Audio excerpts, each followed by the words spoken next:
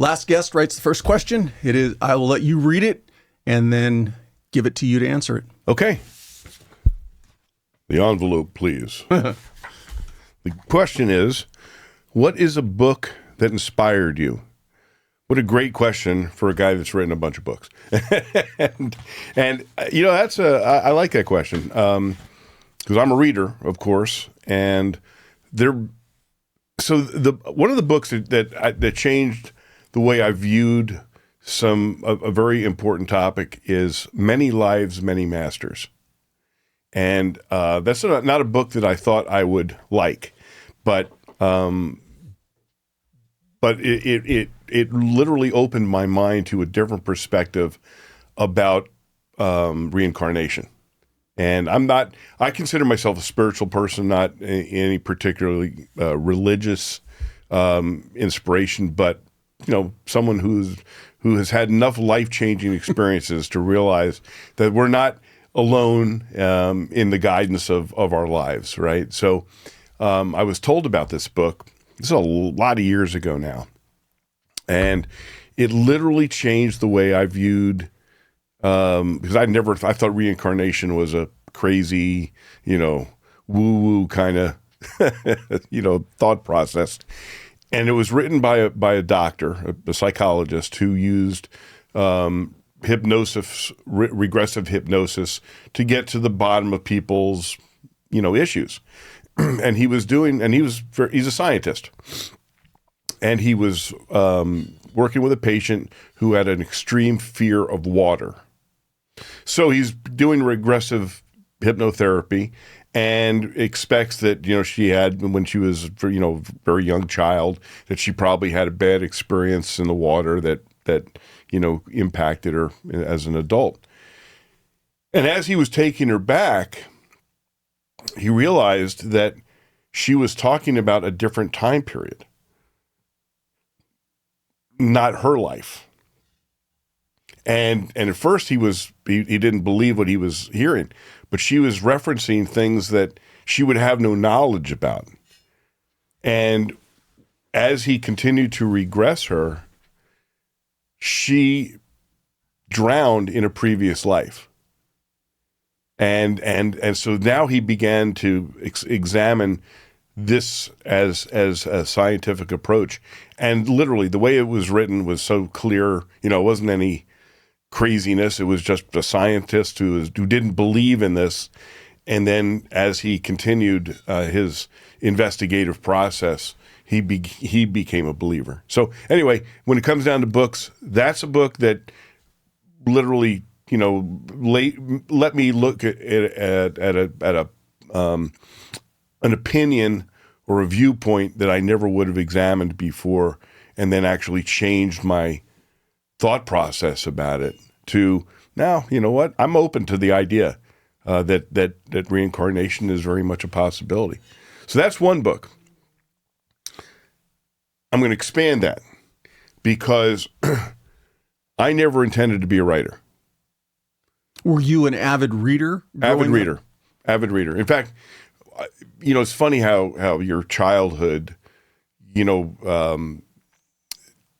it really makes you who you are as an adult. So I was very, very sickly as a child. Okay. And I was confined to bed a lot of my childhood. So I couldn't go out and play sports. Literally my parents thought I was going to die. And only because of some miraculous meetings with some health professionals did I wind up to become a healthy human being. But during that time period, what were you dealing with? Well, so I was in and out of hospitals my entire childhood. Oh wow! I spent a couple months in the Philadelphia Children's Hospital because I literally had no energy. I was get fat and I would get skinny, and then I was depressed, and I literally had no energy and couldn't get out of bed. And so during that time period, what was I doing? I was reading everything under the sun. And so it gave me a love for the written word, but no formal training. It was just I love to read to this day. And they couldn't figure out what was wrong with me. And my parents were, I'm a little boy.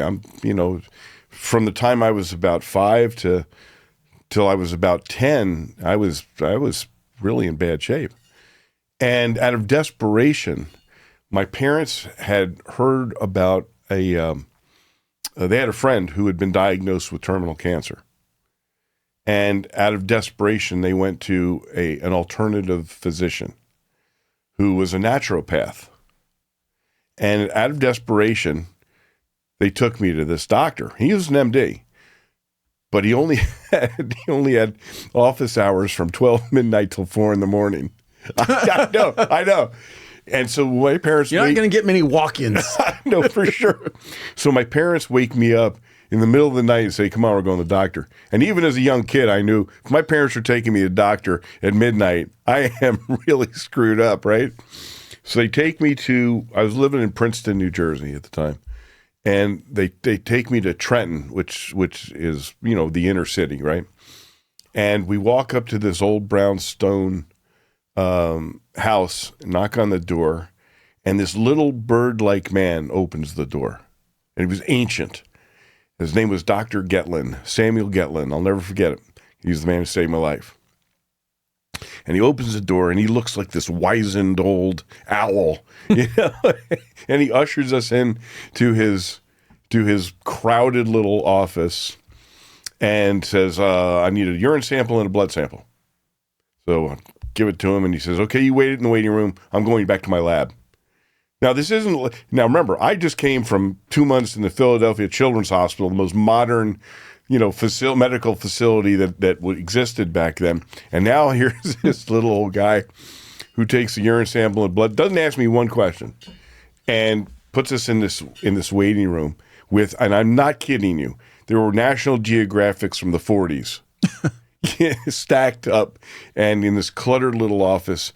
And I looked at his medical certificate, and the guy was like 100 years old, right? He graduated medical school in the 20s, and he's still alive. This is in the 60s, mind you. Okay, so by way of perspective. And he comes back and he ushers us into his office, and he doesn't ask me what my symptoms are. He tells me what my symptoms are. And he says, okay, you have no energy at all. He says, you eat hamburgers and this and that, and you're depressed, and your weight goes, and then it comes back. And my parents are going, I can see them looking at each other.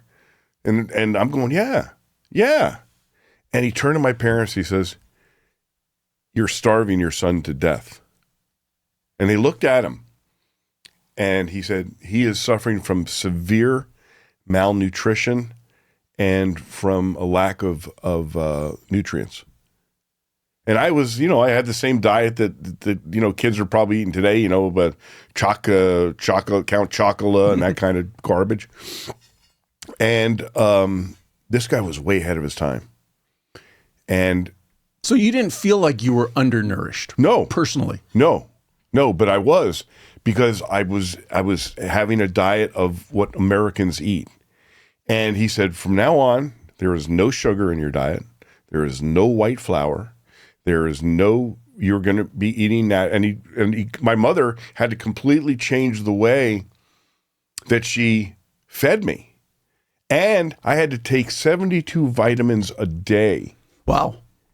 72 vitamins a day. Imagine that, right? As a little kid. And I did that for like 4 years straight. And it completely changed my metabolism, my body. I became fit. I became healthy. And it literally saved my life.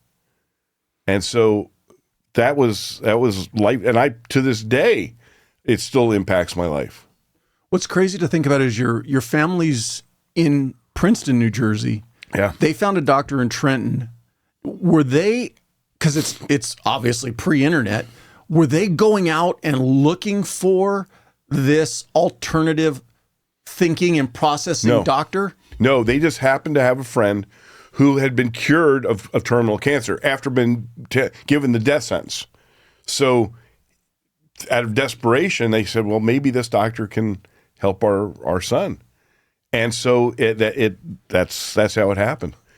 And the unfortunate reality is that doctor was mugged one day and murdered. Oh, no. And yeah, I'll never forget him, though. Never forget him. So you've alluded to it. Any brothers or sisters? I had a brother who I basically disowned. Okay. After the way he treated my mother when she was dying. But what I'm getting at is in that same time period, was he dealing with the same issues related to diet? No. Okay. And mom and dad, you're born and raised in Princeton? Born and raised in Princeton and became a policeman there. What do mom and dad do for work? Both of my parents were veterans. Both were World War II, the greatest generation. My mother, in fact, was one of the few female recipients of the Bronze Star. Wow. In World War II. It's interesting because I have her picture on my wall behind me where I do most of my media interviews. And it's shocking the number of people who will reach out to me asking me questions about the woman with the Bronze Star.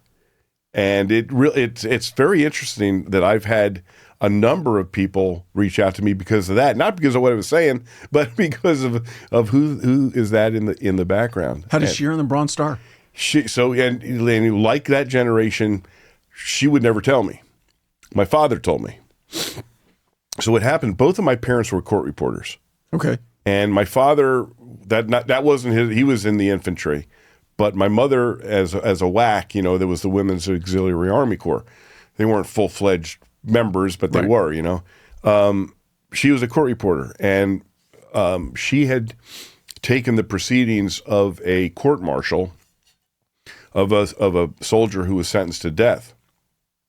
And she discovered in the record exculpatory information that proved he wasn't guilty. And so she was either I think a private at the time. And she went to the sergeant, the chain of command is very, very strict in the military, and said, "Hey, here's what I found. That guy is going to get hanged, and he didn't do it." And the sergeant blew her off. Yeah, okay, whatever. And so the date is getting closer to this dude's execution.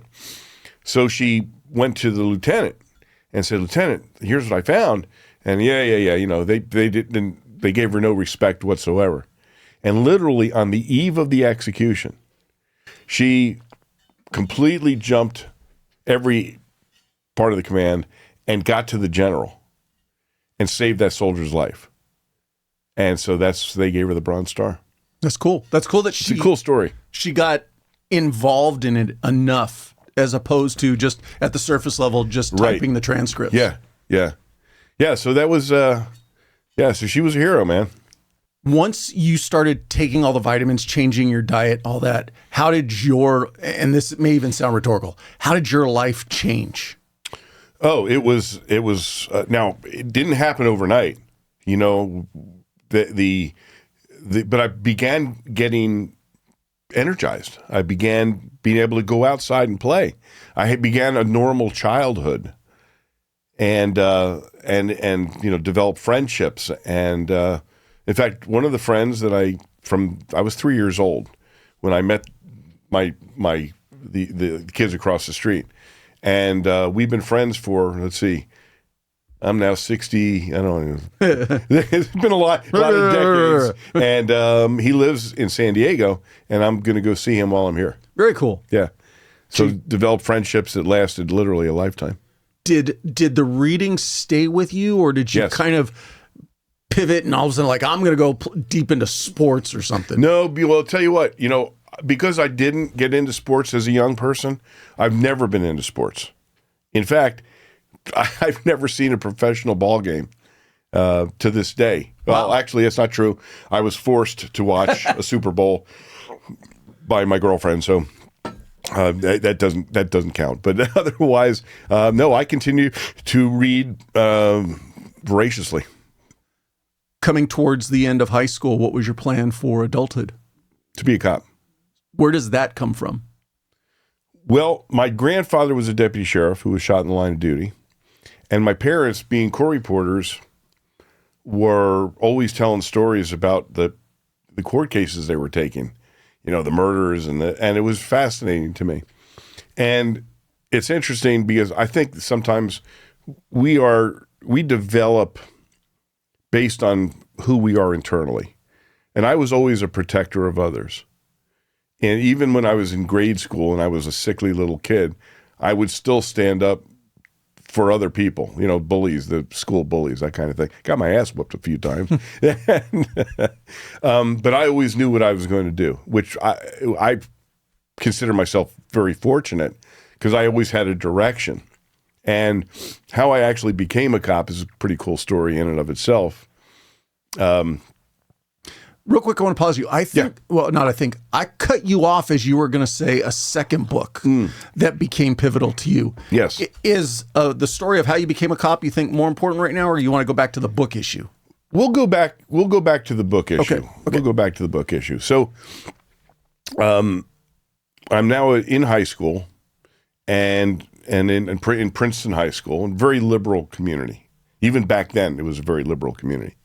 And like I said, I was a protector, and so I would stand up to bullies, and I was in pretty decent shape, and as a result of that, I got in a lot of fights, and I was the white kid that was in the fight, and generally speaking, the gang members who I was fighting were black kids, and so because it was a liberal high school, who were they throwing out of school? Yours truly, right? This is back in the late 60s? Back in the 70s. 70s. So, and it's interesting because the principal who kept on suspending me actually liked me and knew the reality of why I was getting in fights. It was because I wasn't going to be bullied and I wasn't going to let other people be bullied. And he respected that, even though he kept on suspending me. So I'm now a junior. At the beginning of the school year, I'm a junior. I'm in the principal's office getting suspended again for fighting and waiting for my mother to come pick me up again. And the principal gets a phone call. Now, I knew that every year the Princeton Borough Police Department would bring in a junior as a cadet for the police department. At that time, a cadet was, basically a gopher, but still. And I was a cadet, and I remember being that glorified gopher. That's right. So I'm in the chair. He's talking to the chief of police about choosing their next cadet, and I'm going, me. And the principal got this smile on his face. He says, Chief, I think I have the perfect cadet for you. And that's how I got hired by the police department as a cadet. And so one of my high school jobs, after school, I would go to the police station and make coffee. Book yourself for all the fights you got into. Yeah. And, I would work as a desk. I would assist the desk officer because at that time, there were no 911 systems. Right. A cop manned the phone. And so I got to know all the guys and develop friendships that literally last to this very day. And that was a long time ago. And this is the weird way that the world works. So I go through my cadet during that school year. I'm a junior. And the principal told me, Randy, you have to take a double course load for your senior year because you're not going to last. We're going to have to expel you because of all your fights. So I took a double course load and wound up graduating early. And I turned 18. And the borough police, Princeton Borough Police, was a 32 officer police department. They only hired a cop like every 5 years. Right. And there was a retirement and there was an opening for a police officer. So I've now graduated high school. I'm working like a couple different jobs, going to college at night, and a police position opens up in Princeton. Now I'm 19 years old. I know they're not going to hire me, but I'm still taking tests, getting prepared for someday I will. At that time, could you be a cop in New Jersey? They had just changed the age of majority from 21 to 18. Now they changed it back later on, but at that point, you could drink and you could smoke and you could vote and you could be a cop. So I take this test. They don't hire me, but they make me number 2 on the list. I think just to give the kid a little kudos for trying. We're not going to hire anybody. We're not going to hire him, but let's make him number 2. So now fate steps in. Now I continued to be a special officer with the Princeton Police Department even after I graduated. So, like, if they had something, parades or something, I would come in, I'd put on a uniform, no gun, and that I would do, special duties. So, there was a hurricane that hit town. I mean, a real bad storm, and I knew that they were gonna need help. So I went and volunteered. I wasn't getting paid for any of this, but I, went to help and help dispatch the cars and do that kind of thing. So I get up there in the morning. It was a terrible storm. I'm assisting with the desk officer, and the guy that I usually worked the desk with was this old hairbag cop that we call him. Old veteran, crusty, old Navy veteran guy. And, real gruff and truly with the heart of gold, okay? But, yeah, look, kid, his name was Johnny. And Johnny was supposed to be at work at 3:00, and he didn't show up. And we figured, okay, and there were no cell phones back then. So we just figured that trees were down and he couldn't make it into work because of that. And, lull in the action, I had to go down and use the bathroom. And I go into the locker room, and Johnny is on the floor. He had made it to work and had a massive heart attack. And I yelled for help, and everybody came down. And I was trained in first aid, and we gave him CPR and couldn't bring him back. And he died there on the floor. My first line of duty death, if you will. And I remember sitting back and, done everything I could possibly do, and all of us are in shock, waiting for the coroner to come get his body. And one of the sergeants walks up to me and he puts his hand on my shoulder. He says, "Hell of a way to become a cop," because I was number 2 on the list. And that's how I got hired. That's how my police career started. Not the optimal way you'd want it to start. No. And that story is in one of my books. For you at that point, is it now straight off to the academy, or they got to go through the process still? Or Nope, it was straight off to the academy, and that was the New Jersey State Police Academy. And that was a residential academy. So they had you for 3 months, right? I literally had to have my mother buy my bullets for me because you had to be 21 to buy ammunition. So I'm getting ready to go to one of the toughest academies in the country, and I had, "Mom, can you come with me to the gun store and buy some bullets for me?" So they lowered or had the age requirement at 18 to be a cop, but still 21 to buy ammunition? Because it was federally controlled. Yeah. Yeah, it was. My mother never let me forget that. At that time, I know you said the agency didn't hire many officers. What was the next oldest guy to you? With you being 19 years old, what age gap are you looking at? There was a huge age gap. Most of the guys that I worked with were Vietnam War veterans, and they were in their 30s. And here I am. I'm literally the young kid. The guy that they did hire when I took the test was like 25, 26 years old. So there was a cultural difference, Now, here I am. I think I turned 20 in the academy, and I am raring to go, right? And so I hit the streets, man. I got my brand new uniform on.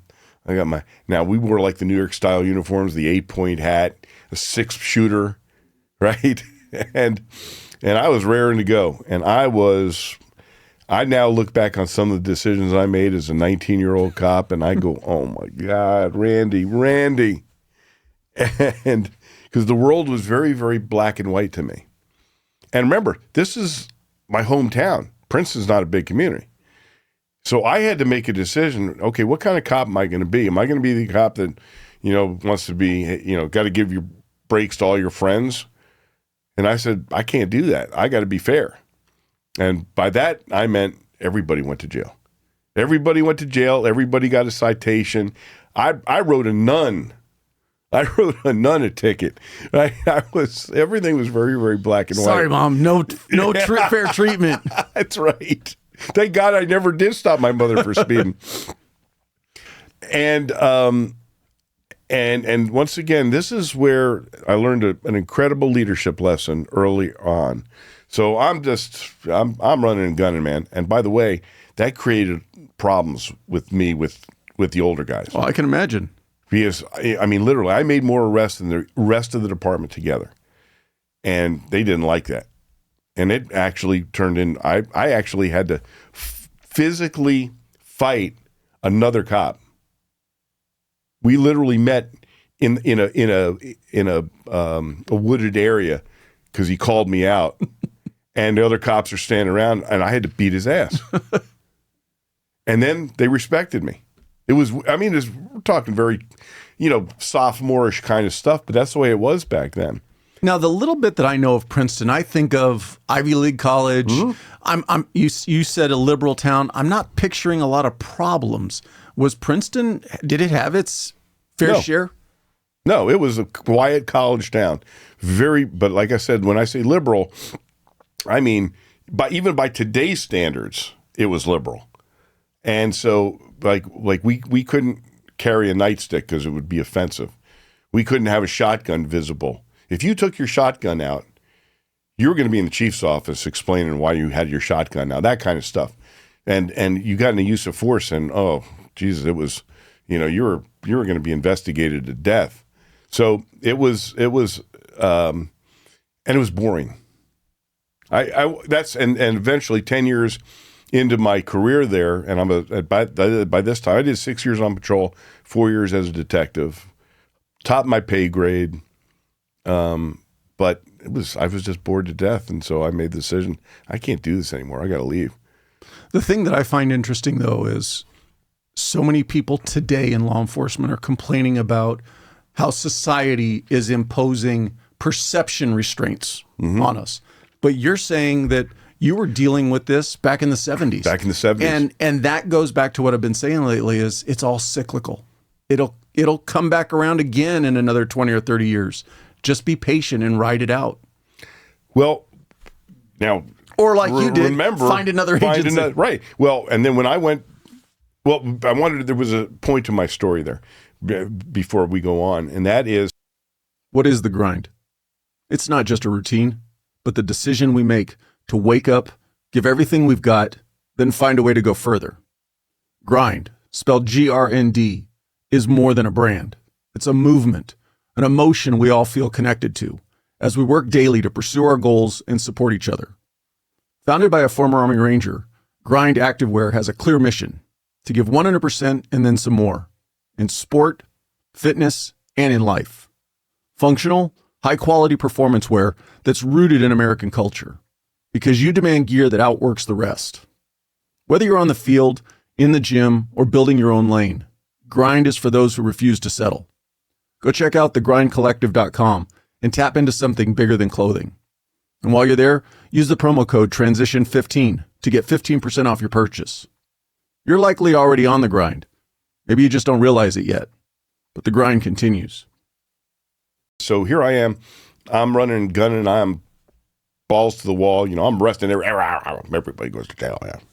And one of the guys that I had the utmost respect for, even when I was a cadet, was a guy named Tom Michaud. And Tom was a detective when I came on as a cadet. And then he got promoted to sergeant.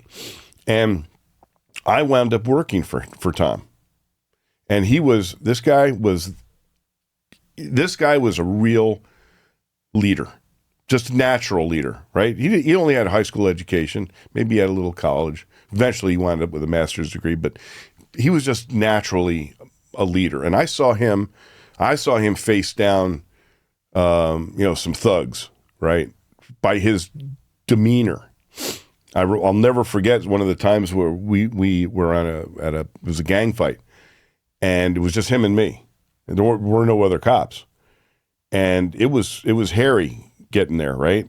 And he strode right up to the biggest son of a bitch there, faced him down, and as a result, no arrests, and everybody went. And I was like, wow, that's courage. So I had utmost respect for this guy. So now I'm working for him. I've been on maybe a year, 2 years. And one night after shift, we were working graveyard shift. He says, hey, let's go get some breakfast. So we go to a New Jersey diner, and we're having our breakfast. And I'm recounting my stories. You know, yeah, I took this guy to jail. Yeah, you know. And he's listening, he's nodding, he's smiling. Yeah. And he said, you know, Randy, I got to tell you. He says, you're really a good cop. I was like, I am? Why, thank you. Yeah, well, thank you. Yeah. He says, yeah, you really, he says, you know, you're tireless in your efforts. You know the laws. You know criminal justice standards. You know search and seizure. You're always out there working. But do you know the difference between being a good cop and being a great cop?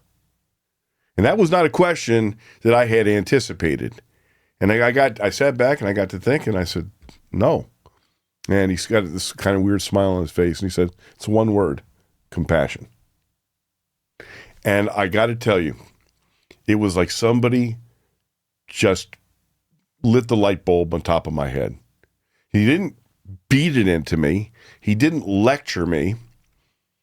He simply guided me into that all-important philosophical approach to policing that I never thought about. And it changed the way I became a cop. It literally, that one conversation with that leader, who wound up to be the chief of police, by the way, created a legacy that goes on to this day. Because I'm still a law enforcement instructor, and I discuss that. It's an all-important philosophical approach to law enforcement. The old spirit of the law, letter of the law. Yeah. So that was So when I told him that I was leaving, he was now number 2 in command, right? He rose through the ranks. This guy was sharp as hell. And I went to see him and I said, hey, listen, I made a decision. I'm gonna take the job out in Las Vegas. And he said, Randy, you're out of your mind. You're halfway to retirement. He says, I have plans for you. You're going to wind up to be the chief of police after me. And I looked at him and I said, I can't do it. It was one of the hardest decisions I ever made, was to leave my cocoon and start all over again in Vegas. I mean, I literally had to start all over. I'd go through the academy and everything. I think for a lot of officers out there, that's the hard decision to make, is to, one, realize that you've cocooned yourself and you get a couple years under your belt. You may be happy, you may not be happy, but it's that big step of, all right, let me look at a different pond to go swimming in. That takes a lot of maturity. You, on the other hand, how did you even start looking on the opposite side of the country? Okay, interesting story. So I'd made the decision that I wanted more action. Now, there was no internet back then. So there were police magazines and there were recruiting ads. And I saw an ad for I won't mention the police agency for an obvious reason that will shortly appear, a large police agency in Florida. And I said, okay, let me go down there and test. So I went down there and they had the test tailored for out-of-towners. So Monday, I take the written test. If you pass that, you immediately go through the physical. And then the next day, you go through the psychological. They had it tailored for out-of-towners, right? So they were going to, know very quickly if they were going to hire you. And so I did very well in the testing process. And the recruiter said, hey, look, do you want to ride along with us for a couple nights and see what it's like? And I said, absolutely. So they teamed me with a guy who had been a New Jersey cop, thinking we were going to do the New Jersey mind meld, and it was on graveyard shift. So he picked me up at my hotel, and we're right off the bat, we get in a pursuit with a motorcyclist. and we're the secondary unit in the pursuit. And I mean, this is a pursuit. This was in the days where the pursuit policy was chase him till you get him, right? And now we're hauling ass. Mid-'80s? This is mid-'80s. We're chasing this motorcyclist, and I mean, I'm like, yeah, baby, this is what I'm looking for. And I'm holding on for dear life, and we're in this pursuit, and we're going into an industrial area, and this motorcycle is hauling ass, and he has every intention of getting away. But his skill level wasn't what he thought it was. And as he's going around a curve, he loses control of the bike, and he literally impacts the side of a warehouse at about 80 miles an hour. Oh, wow. And I mean, he was literally a red spot on the wall. He's dead. The bike disintegrates, and it looks like somebody threw bushels of money up into the air because he was a drug courier, and the bike was just full of money. And it was surreal. So here's this dead guy. The motorcycle is in pieces and is smoking, and money is raining down from the heavens. And I'm thinking, holy cow, I'm going to see how the big boys do it, right? I'm going to watch this investigative process. And we aren't on that scene for 2 minutes. And he says, come on, let's go. And I looked at him, I go, what do you mean, let's go? He says, the primary can handle it. Come on, let's go.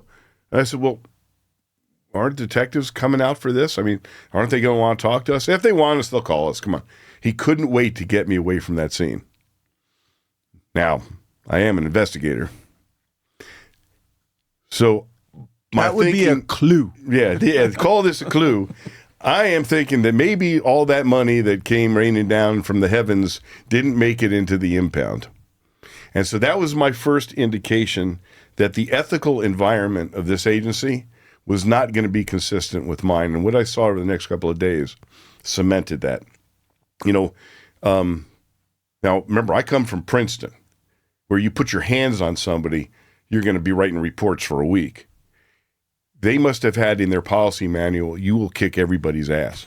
Because I never saw so much ass kicking in my life. And I'm going, wow, this is, but I mean, and I'm saying non-warranted. So this was my final, I already decided I'm not joining this team, right? So it was the last night, and we get a disturbance call. And disturbance is there's a car in the Jack in the Box drive up. That's in the days when Jack just had his head like that, right? And he was ordering his tacos, and he was drunk, and he fell asleep. And it was a bunch of cars behind him honking their horns. That's the disturbance. And it must have been a quiet night in blank city, and like 5 units show up. That's never a recipe for good things to happen when 5 units show up on a bullshit call. Everybody got out of their car. It's like this was rehearsed. And one guy pulls them out of the car. Another guy gets in the car and drives it around to the back of the restaurant. And they all line up like they're going to golf. And they teed off all right. So the cop is dragging him. The guy's unconscious. He's sleeping. He's dragging him through the parking lot. And they all lined up. And they lined up. And I never saw a sleeping guy get his ass kicked before. That was a first. And they were very generous. They offered me my turn. I declined that. Thank you. And then I got that. That was it for me. I said, and then it didn't surprise me when about 6 months later, I saw the chief of police getting hooked up for corruption. So because if if the head of the organization, is of a an corrupt, it's going to drip down throughout the entire department. Well, and the unfortunate thing is, had you not come to them with 10 years of experience in law enforcement, I would have thought that's the way it is. Right. You get some young man, young woman who's looking like, I guess this is how they do police work. Yeah. Yeah. So I came back to my cocoon, and I was part of what was called the Delaware Valley Detectives Association, because, there's all these little different agencies in the county, and the same crooks are capering all over. And so we would get together and share information. And there were 2 FBI agents that were part of this. And I was telling them the story. You know, they're all gathered around, and I'm telling them the story, and they're going, holy shit, right? And afterward, these two FBI agents came up to me, and they said, look, there's a great police department that's hiring right now. It's called the Las Vegas Metropolitan Police. And we were stationed there, and the city is growing. The department is great. They're culturally, you're not going to have those issues. And so, you know, you rarely hear very complimentary stuff from other law enforcement agencies. So I went out to Vegas, took the test just like they had it in this other place, and offered me the job. And it was a big move, but I made the transition, and I never looked back. Did you go in the summer or the winter for the first time out there? Oh, man. It was summertime in the academy. That was a shock. Because you're used to that humid heat. That was a shock, yeah. So you ended up at Las Vegas PD. What year did you get hired on there? 86. And back into an academy, obviously. Back into the academy, back into field training. You better not have an ego, right? When you make that decision, I mean, my field training officers had less time on than I did, but policing was completely different in Vegas. The difference in the style of policing from my little town to Vegas, well, let's just say extreme would be the difference, and for good reason. I mean, here I was a cop for 10 years in Princeton. I never even took my gun out of the holster. Basically, I was in my first shooting when I was on probation, when a 15-year-old tried to kill me. Well, you're not in Kansas anymore, Toto. And I'd gotten in a pursuit, and in those days, we pursued him till we got him. It was 3:00 in the morning. My partner and I, we were in the roughest section of town, and we were chasing these gangbangers. They crashed. I go running after the driver. My partner goes after one of the other guys, and I'm chasing him through a housing, low-income housing complex, and I'm pretty close behind him, but I can't quite catch him.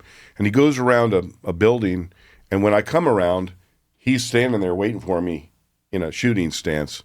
And he's going to ambush me. And I had my gun in my hand. I fired a round, and the round zinged right by his ear, and it hit the building behind him, and a piece of stucco hit him in the head, and he thought he was shot. And he couldn't drop that gun fast enough. And that's when I found out he was 15 years old, and he was going to kill me. Luckily, that turned out to be, hey, I didn't have to kill the guy. But talk about a wake-up call. You ain't in Kansas anymore, Toto. And I realized, your style of policing is completely different when you are in an urban area that is violent. And that was a lesson that stayed with me for my entire career. And I was in multiple shootings. Did you ever have a point where once you got to Las Vegas, you're like, man, made the wrong decision. I should have stayed in New Jersey? No, never. Not one. To this day, I made exactly the right decision for me. And because I never would have had the opportunities to grow as a cop and as a human being had I not been in Vegas. I mean, there were so many opportunities that came my way from like being on the TV show Cops. It was the first season of the show when I was in Vegas. Sponsorship for this podcast comes from Brothers in Arms USA. They're a veteran-owned and operated clothing and accessories brand that's 100% American-made. Every piece tells a story of brotherhood, respect, discipline, and honor. Deeply inspired by those who serve, those who have served, and those who have paid the ultimate price serving our great country. Whether you're an outdoor enthusiast, a proud patriot, or simply somebody who values high-quality American craftsmanship, they've got something for you. Go check out brothersinarms.com, spelled out fully, brothersandarms.com, and use the promo code TRANSITION20 to get 20% off your purchase. They chose me to be one of the officers, and they got a lot of really good stories with me. So that resulted in me being on multiple seasons of the show, even as a sergeant, later down, years later. And as a result of that, one day I get a phone call. Hey, there's going to be a film shot in Vegas. And the director is looking for realism on the part of a police officer. Would you come down to an audition? So I walk into this suite at the old Riviera Hotel, and who's standing there but Robert De Niro and Martin Scorsese, and it's the film Casino. And I just started telling them stories about being a Vegas cop, and they looked at each other and they go, you got the part. And that's how I got in the Screen Actors Guild, and I've been doing movies and TV ever since. Now, that never would have happened anywhere else, and that opened other doors that wound up creating who I am today. I mean, literally, from those formative years, had I not been on the TV show, had I not been in the movies, and then now we're going to talk about the second book that I was going to reference. I never intended to be a writer. That was never something that was ever on my field of view. But every cop has experiences that are life-changing. And one of mine was saving the life of a 1-month-old baby who'd been shot in the face by some gangbangers in a drive-by shooting, completely innocent. These three punks pull up to this mom and dad with their infant in the car seat, and as in what we later found to be a gang initiation, just opened fire on them. And I happened to be on patrol. I was a sergeant at the time. And I come around the corner, and there's a car up on the sidewalk. And people are running around screaming. It's at dusk. And I have no idea what's going on. I just radioed for backup, jumped out of the car. And there's bullet holes all over the car. And I don't know what I have. I don't know if the shooter's still there. And then somebody screams and go, oh, my God, the baby's been shot. And I look down, and there in a little infant seat is this 1-month-old who'd been hit in the face. And, of course, you know, the procedures are very clear. You call for the ambulance, and they take. But I knew that if I didn't take this baby to the hospital, she's going to die. And so the first unit that got there, I scooped her up. I said, radio, we're bringing in a baby. It's not breathing. Because all the stuff that when you know, her head is the size of a softball, right? All the gunk that hit her face, all the tissue and stuff went down into her throat and choked her. And I was able to scoop that out and give her mouth to mouth and bring her back. And because I was literally there within minutes, no brain damage. And we get to the hospital, I hand this baby off. I got blood all over me. Hand the baby off to the ER people, and they did their magic, and we saved her life. Well, that moment to me was such a powerful moment that I literally went home, and me and Johnny Walker Black wrote a story about it called Her Name Was Jackie. And I just wrote, yellow pen, wrote the story. I had no intentions of doing anything with this story. It was just, I felt like I needed to write it. Stuck it in a drawer, and it sat in that drawer for 3 years. And then the World Trade Center was attacked. And I remember thinking, I wish I could do something for those police families. 72 cops died in that tragedy. And I'm thinking, I want to be there to help. But I can't, but I want to help. And then I thought of that story that was in that drawer, and I said, you know what? Every cop I know has a story like this.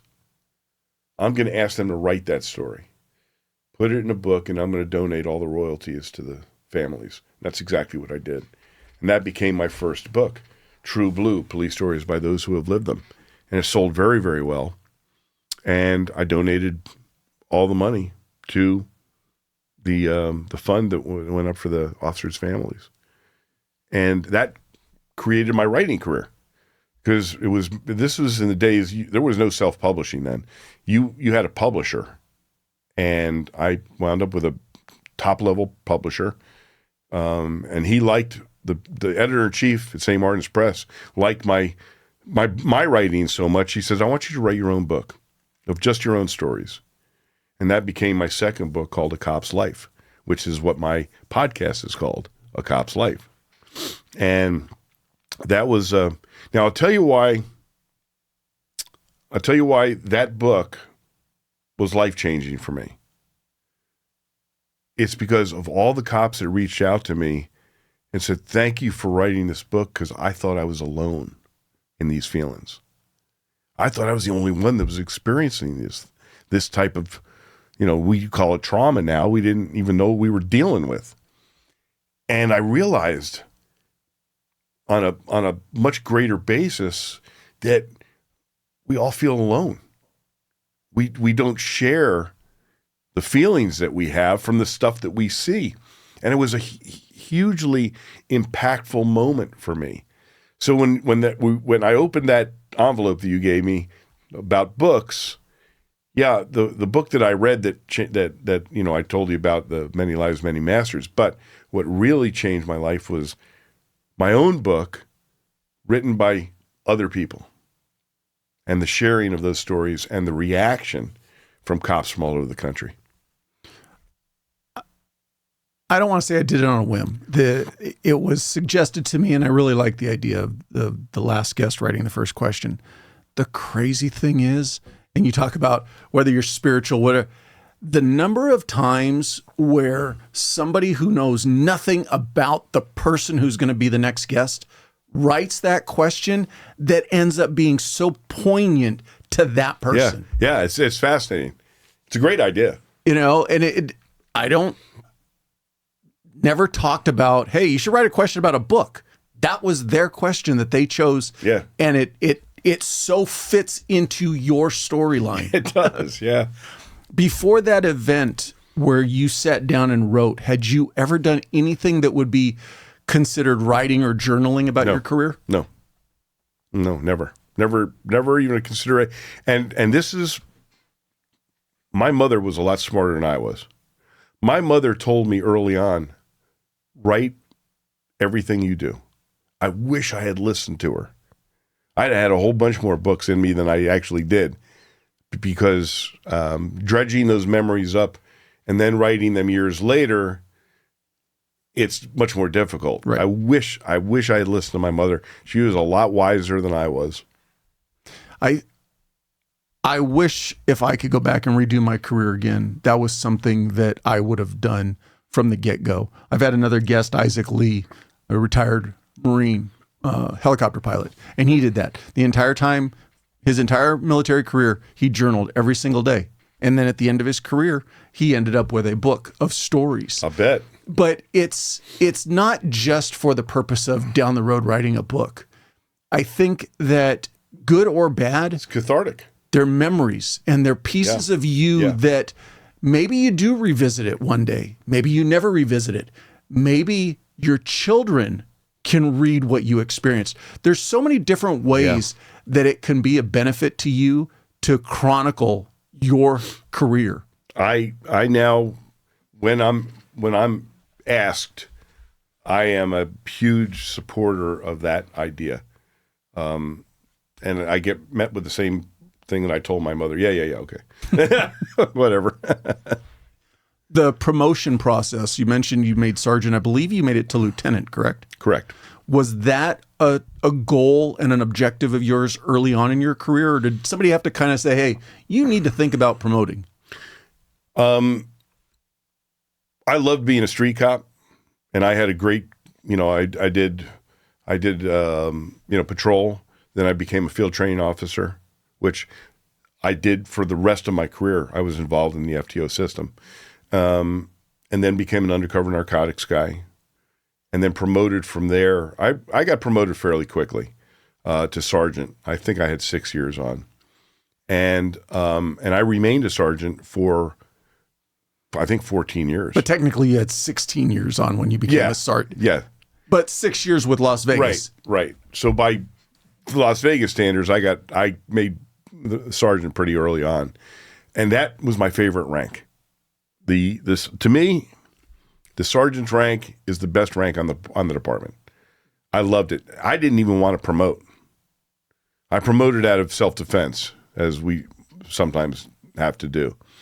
And because at the sergeant's level, that person's not going to be my boss. Right, exactly. And lieutenant's rank is the last rank on Metro where you can actually go out and be a cop. So I was a street lieutenant, and my entire lieutenant's career was on graveyard shift.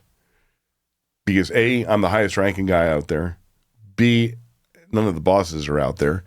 and I could actually be a cop still with my guys. And so that was the last rank, but there's still a huge difference between being a sergeant and lieutenant. You know, as a sergeant, you have a squad, and you can develop those men and women, right? You're literally on the street with them. You see them every single day. You see their traumas. You're literally, you can play a role that leaves a legacy. I'm huge in the realm of legacy, and as a sergeant, you can build. You're literally building a team of people that will have an impact on the lives of others for the rest of their lives. And I took that very seriously. So I really enjoyed that rank. And once you make lieutenant, there's like that invisible wall. That bar is like bars, right? You're no longer one of the cops. You're one of them. You know, and even no matter how you judge it, you're still one of them. So what I would do, and this later played a role, what I would do whenever I was watch commander, which was once a week, I would take a patrol officer with me so I could get to meet my people. I had like 120 people working for me. It's difficult to know, you know, not like the sergeant's level where you got, 10 or 12.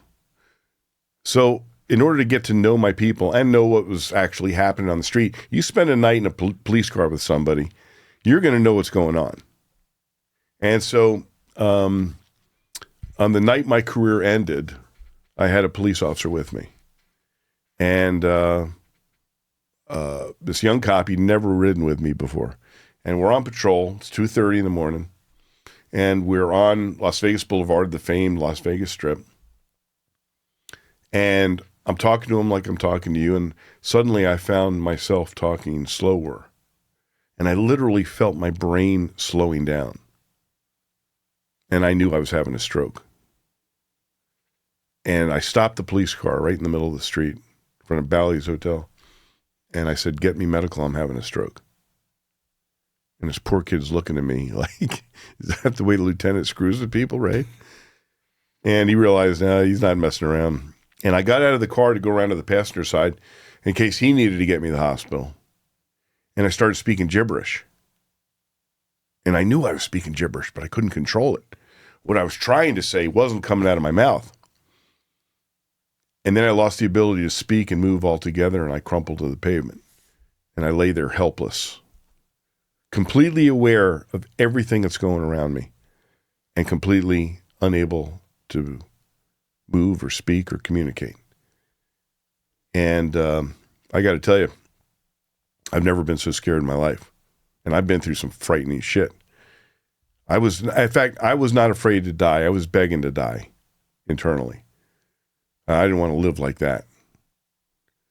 And tourists are walking by me, taking my picture while I'm laying there on the the dirty street.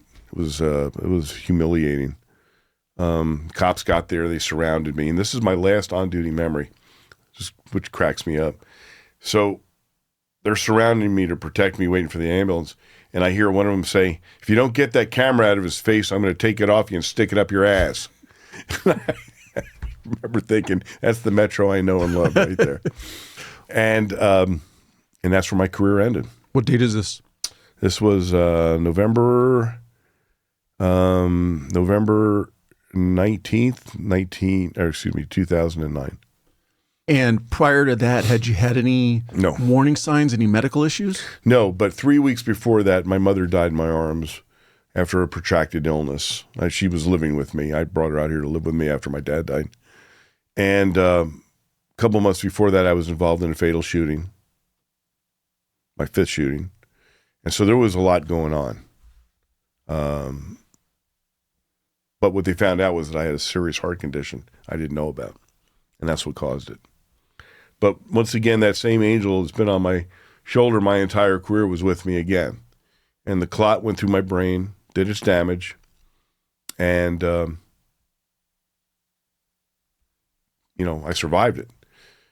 But then what happened next was the pivotal moment of what my pathway took.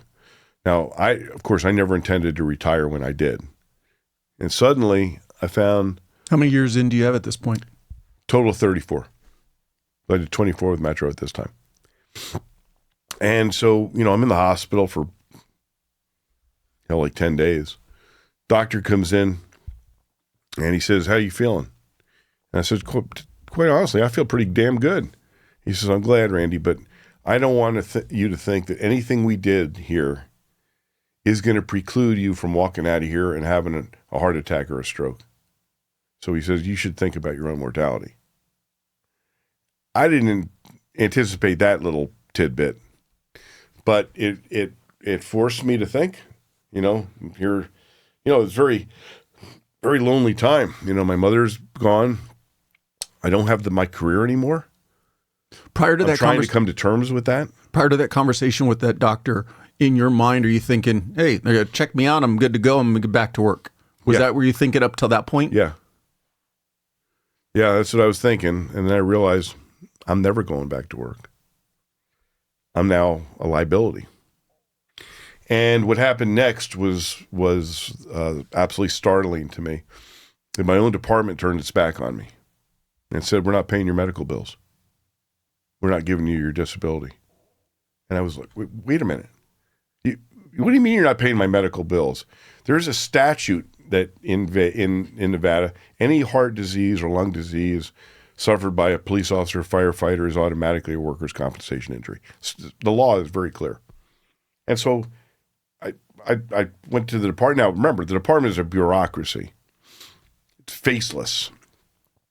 I've had a number of guests who have told similar type stories, and one of the things you have to get into your head, once you deal with a significant injury, you become a number on a spreadsheet. That's exactly right. And so don't fight it. Don't, in the sense of, understand where your fight is coming from now. Yeah. It's not personal. You are a line on a spreadsheet. So I actually went to go see the sheriff, who I'd served with for 24 years.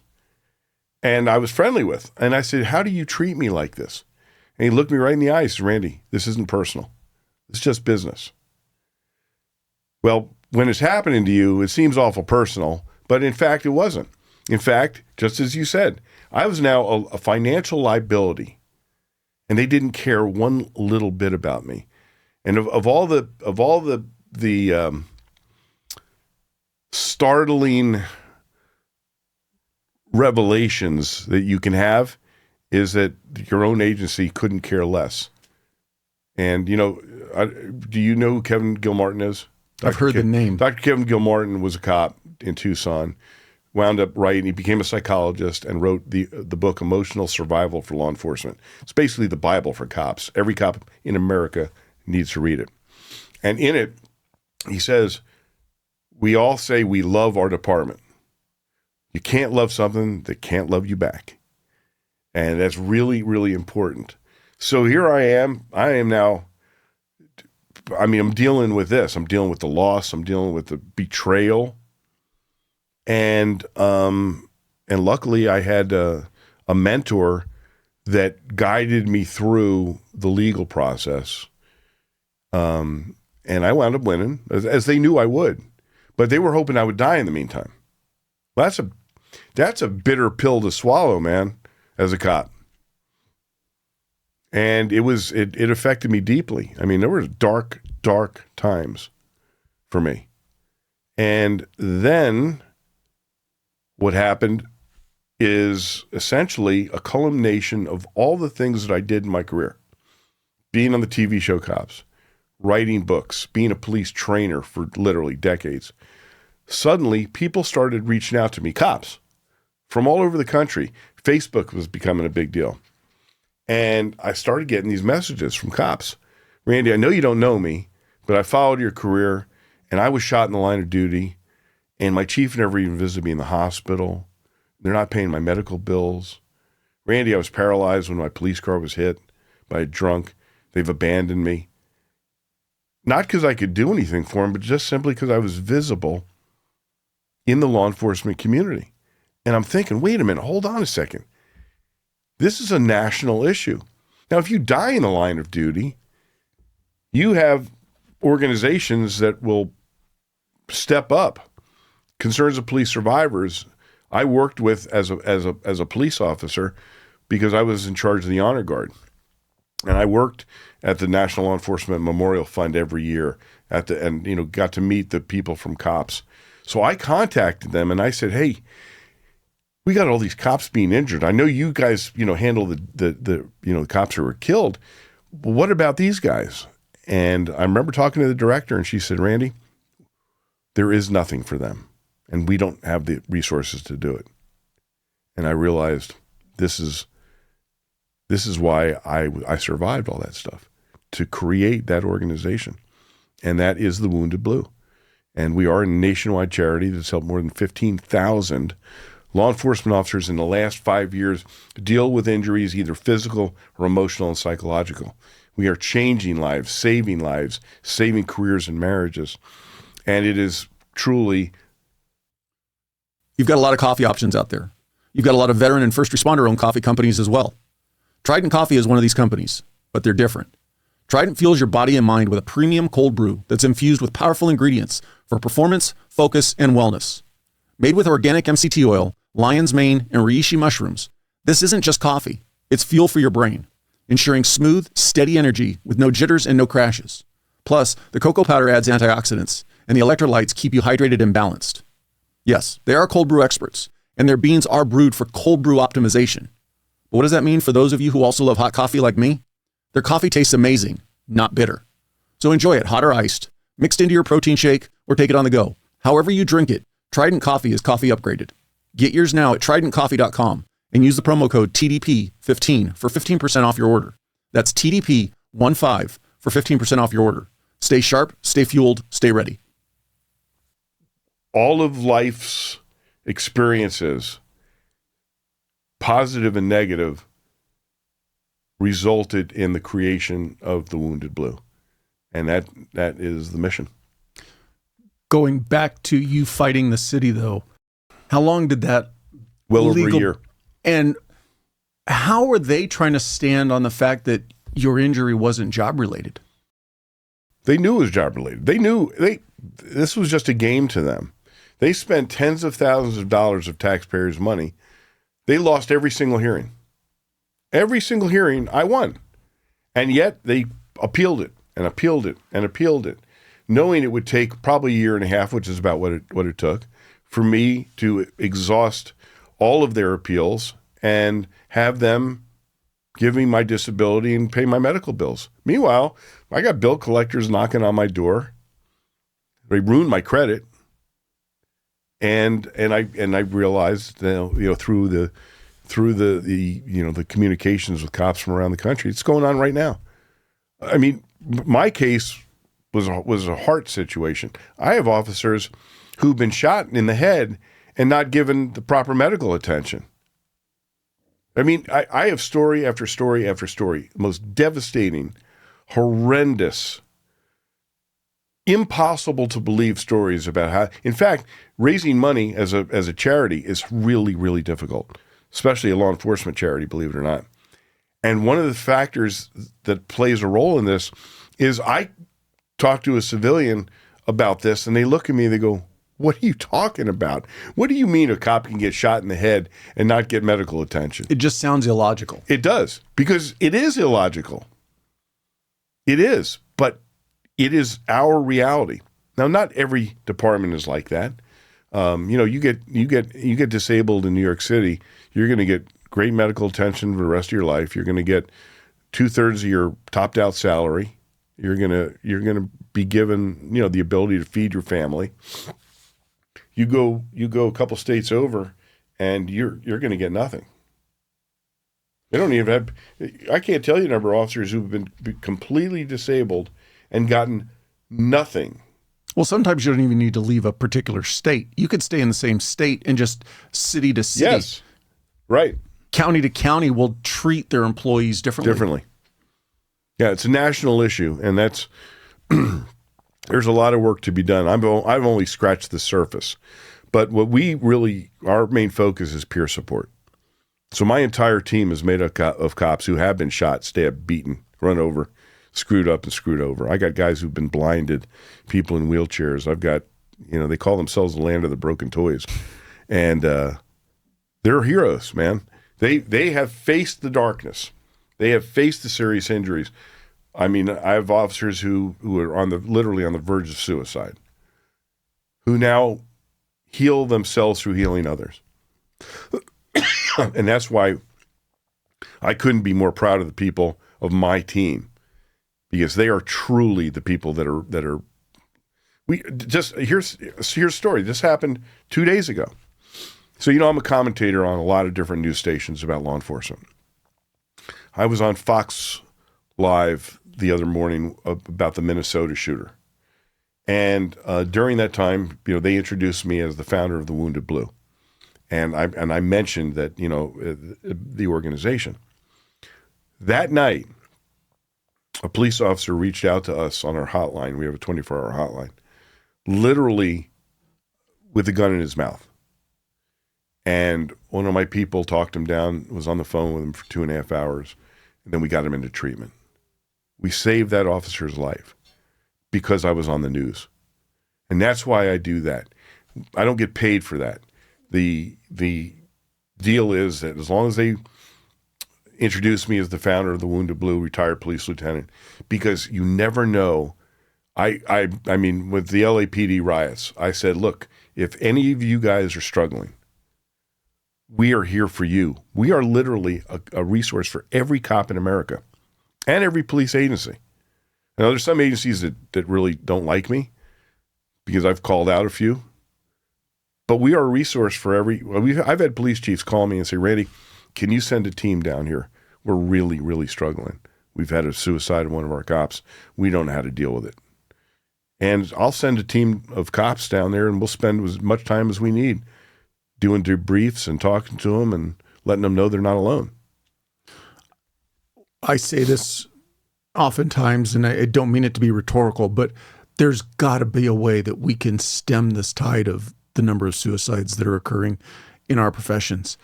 I don't understand why we're seeing this increase. I think it's been here all along. Mm-hmm. We never paid attention to it. Underreported or embarrassing to the departments. Now, I got to say, we are heads and shoulders above where we were 20 years ago. Yes. When it comes down to talking about our issues. Yes. Remember, PTS wasn't even recognized as legitimate up until just a few years ago. Well, for years it was just called shell shock. Or not called anything. Or called in the veteran community, yeah. You were shell shocked. Yes, exactly. But it was ignored in policing. If you weren't, for veterans, it was okay. You had this, but cops, no. And yet the amount of trauma that cops deal with is far, exceeds what a soldier goes through for a protracted period of time. So, well, the bigger thing is that your story, for instance, and that one young little girl. Yes, it ended well and she's survived. It still brings trauma, but let's say it ended the opposite way. Right. Every time you drove through that intersection, exactly, consciously or unconsciously, you were going to remember that event. 100%. 100%. Listen, there's, and here's the beautiful thing about where I am now is people are willing to talk to me and willing to reach out for help. And I'm in a position now where I can provide some help, not to everybody.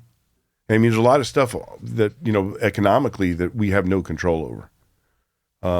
But we've made some significant,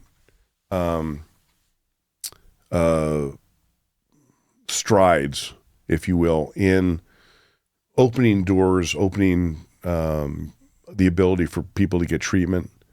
And and we've done some amazing stuff. We had an officer. I tell these stories and people look at me and go. So I get contacted by the Fraternal Order of Police in Utah. They say, Randy, we got an issue. We got an officer who lost his leg in the line of duty, and the insurance company it's worn out. He's literally walking around on a bloody stump, and they won't give him a new leg. And we're going to do a fundraiser for him. And I said, well, okay, how much is I don't know, how much is a prosthetic leg? And he says, we think it's $25,000. Well, I happen to have a couple of cards in my pocket that every now and then I can play. And I contacted a donor. I told him the story. He says, Randy, make it happen. I'll pay for it. So on Christmas Eve, I call this guy, tell him and his wife, we're going to pay for this leg, right? And it's in Salt Lake. And I tell his wife, go ahead and get started. So she calls me back a week later, and she says, it's a little more money than we thought. I said, how much? Well, it's $117,000. And I was like, oh, my God. So I go to this donor. I said, I don't even know how to have this conversation. And I tell him, and he says, Randy, first of all, that man deserves the best leg he can get.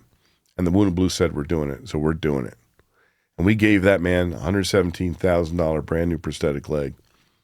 And then I found out he had 2 special needs kids. What happened was he was a cop in Texas. He's directing traffic at an intersection, and a guy high on cocaine is driving a tractor trailer right towards him. And he hits one car, he crushes that driver and kills him. And then the tractor trailer tips over and falls on the cop, drags him 100 yards down the road. Devastating injuries, including the loss of his leg above his knee. He's in a coma for 3 months. He wakes up out of the coma. They drape a medal around his neck and say, you're fired. No medical. Nothing. No pension. You're done. See ya. And he goes home to live with his mom and dad in Salt Lake, Utah. Winds up marrying, and they adopted 2 special needs kids. And that's where I met them. So, this guy is... he suffered a traumatic brain injury as well. Family is in a very modest home that's in serious need of repair. So I contacted the Gary Sinise Foundation, and together we completely rebuilt this man's home from the ground up so that he had a safe environment for him with his injuries and for his children. So the Wounded Blue is doing some amazing, amazing work. But, everything's based on the financial stuff, and, we're desperate for donations. It's crazy. It's sad. It's whatever word you want to use, but an unfortunate thing that happened to you completely altered and changed your life to the point that, and I'm not trying to overblow this or undercut your career, but it sounds like you've almost done more for law enforcement and yes, those around us since retiring. Well, there's no doubt about that. And that's where, I'm a great believer in fate, in legacy, and higher power. All those things I thought the worst possible thing that could happen to me, the loss of my career, the loss of my, that all the personal loss, had it not been for that, the Wounded Blue would never exist. And those lives that we have changed and saved would never have been saved. So I accept that. I accept that that was the role that I was chosen to play. And that's why here's the story I didn't tell you. In 1989, I survived a gunfight that I never should have survived. I was literally toe-to-toe with a active shooter. I was not wearing my body armor, and my gun jammed in the middle of the gunfight. And we're literally gun muzzles almost touching. And for some reason, I was never harmed during that gunfight. And it's nothing short of a miracle. And so that was a life-changing experience for me. And I call, we always hear about post-traumatic stress disorder. Well, there's also post-traumatic stress growth. And I from that experience of surviving that night gave me what I call the journey of why. Why didn't I die? And I fully believe that now as I look back, I didn't die that night because I hadn't completed my mission. And that mission, of course, is the Wounded Blue. Did you start wearing your vest after that? Nope. I remember the old salts when I started. So this is late 80s, early 90s. And vests weren't common when they started. Yeah. It started becoming more common. But like during the summer, they take the back panel out because it's too hot. You know, if I'm going to get shot, I'm going to get shot in the chest kind of deal. And then I think back to my time and just 3-4 years later as a cop, and I can't think of a time if I put on a uniform that I did just put on a vest. You know, it is absolutely essential to have every possible, ability to survive. And those vests they've saved countless police lives. What brought about the idea of doing a podcast? Communication. Everything is about communication. Telling the stories. What's the mission that you set out with your podcast? What story Well, it's called A Cop's Life, and it's based on the similarities of my book, because the idea is to show the realities of what cops are feeling and telling their stories, and allowing them to tell their stories, because many of these stories are quite literally unbelievable. And it shows a different side of the law enforcement officer. It shows the heart behind the badge. And that's really critical in this time.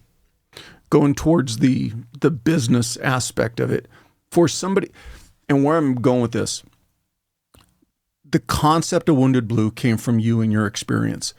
Other people are going to go through experiences and come up with the idea of, I want to give back in a certain way. Right. For somebody wanting to put their own, and I'll loosely call it the Wounded Blue, together, I don't think that you should say to yourself, well, there's other organizations, so I'm not going to do it. If you have the drive and the desire, you're going to be able to offer something that the others don't. But what advice would you have for somebody who wants to put something like the Wounded Blue in place? And what mistakes or what did you learn in putting it together? Oh, I'm still learning. I've made so many mistakes along the way. I'm not a business person, and a charity is a business. I'm still a work in progress. I trusted people that I shouldn't have trusted. I've been kicked in the teeth a lot, and the unfortunate reality is everybody I've been involved with has been a police officer, and just because you're wearing a badge doesn't mean you're a good human being. And I've been very disappointed on a number of occasions by people that I shared the badge with. And so my advice would be follow your heart. I love to work with other charities. Nobody can do this mission by itself. You can't do it. Having great relationships with, like, for instance, I have 3 police officers, 3 female officers. Each of them had a terrible, terrible traumatic situation. Through a friend of mine who does military retreats up in Montana. There's a beautiful ranch up there. He's expanding into the law enforcement space. And I'm going to be able to send these 3 damaged officers up there for a week of just riding horses and doing ATVs and being in the beautiful nature. And it's for free. And it's these relationships with other organizations that allow us to, be as helpful as possible with as many people as possible. I don't view any of these other organizations as competitors. I just view them as part of the team. It's not always the case. Every time you have a need, you'll have people that will take advantage of it for their own personal needs. What's on the future horizon for you personally and organizationally? Just the growth of the organization. The growth of the organization is my mission, and I will hopefully have a succession plan because I've had some medical issues. Literally, I know that I could walk out of here right now and suffer a stroke or a heart attack, and so I'm trying to put into place the ability for the organization needs to live on way beyond me, and so that succession is really part of mission critical for me. Any more books in the hopper? Well, I just came up with one. It just came out 2 months ago. Rescuing 911: The Fight for America's Safety, and that's my 5th book. So, will there be another one? Very possibly. Do you enjoy the writing process? I do. Yeah, it's something very satisfying, especially this book was 2 years of work, and people think I'm going to get rich writing a book. You're not getting rich writing a book, but you may change lives writing a book, and that's really what it's about for me. Whole lot more value in that. Mm-hmm. I appreciate your time. Well, actually, any last pieces of advice that you want to make sure get said? That there's one thing I'd like to say. I'm often asked, would you recommend being a police officer in this day and age? And here's what I say, because a lot of cops, are telling their families, because it was always a succession business, right? You wanted your son to be a cop, and 80% of cops are telling their kids don't be cops anymore. It is still the most noble profession. You literally can touch lives, save lives on a level that you can't do anywhere else. Will there be challenges? Yes. There is. People don't realize what a cerebral job being a police officer is. The challenges are incredible, but there's no more satisfying a job than being a police officer in America.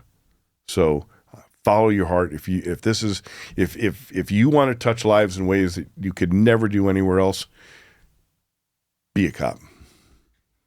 Thank you for that send-off. I appreciate your time, and I wish you all the best going forward. Thank you. It's a pleasure to be here. As always, thank you for listening or watching the episode. If you have any comments or questions, feel free to reach out on social media or send me an email.